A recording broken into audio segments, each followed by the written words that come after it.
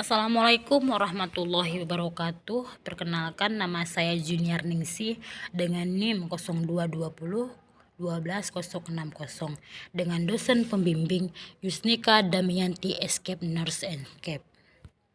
Di sini saya akan menjelaskan diare pada anak. Diare adalah buang air besar, lembek atau cair, mencret, bahkan dapat berupa air saja, yang frekuensinya lebih sering daripada biasanya. Biasanya 3 kali atau lebih dalam sehari.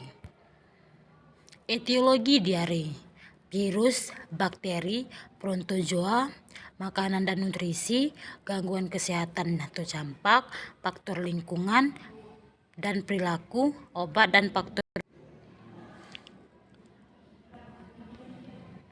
Gambaran klinis: bayi atau anak menjadi cengeng dan gelisah, suhu badannya meningkat, tinja bayi encer, berlendir dan berdarah, warna tinja kehijauan akibat bercampur dengan cairan empedu, anusnya lecet.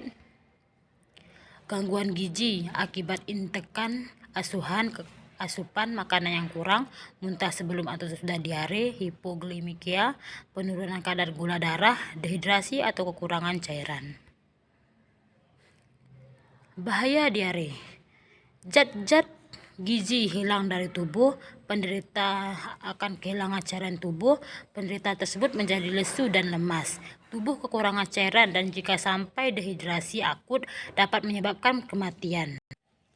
Pencegahan diare: gunakan air bersih yang cukup, cuci tangan pakai sabun sebelum makan dan sehabis buang air, beri ASI eksklusif pada bayi sampai usia 6 bulan, beri makanan pendamping ASI, berikan imunisasi campak.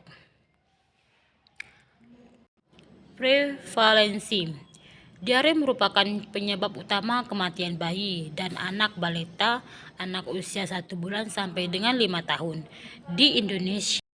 Berdasarkan hasil riset kesehatan dasar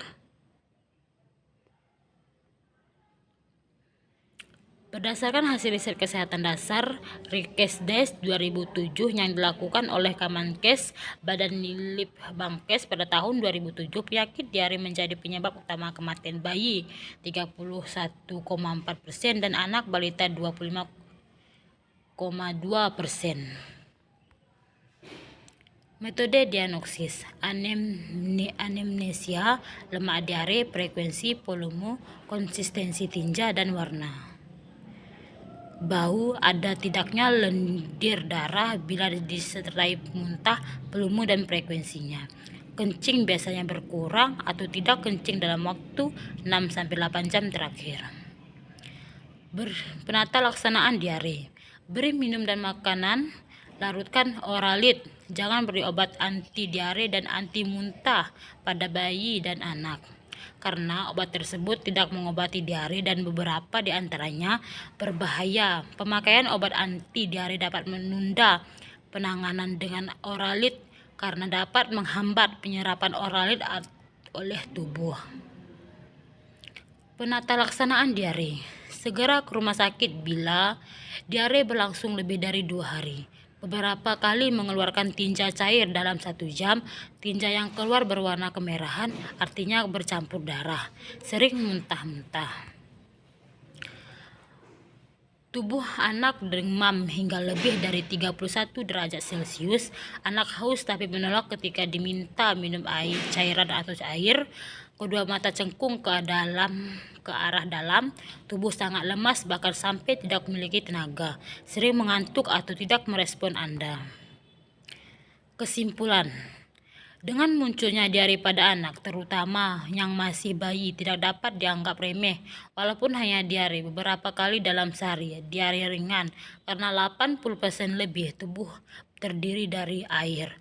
Yang bila terjadi diare berarti cairan dan elektronik dalam tubuh bayi keluar, sehingga bayi rentan untuk kekurangan air dan elektrolit.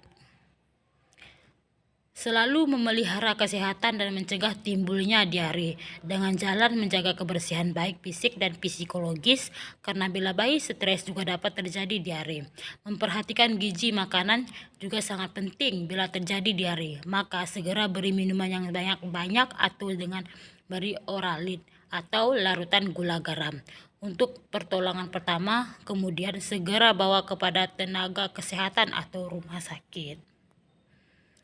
Terima kasih kepada teman-teman yang sudah mendengarkan hasil PPT saya. Saya akhiri. Assalamualaikum warahmatullahi wabarakatuh.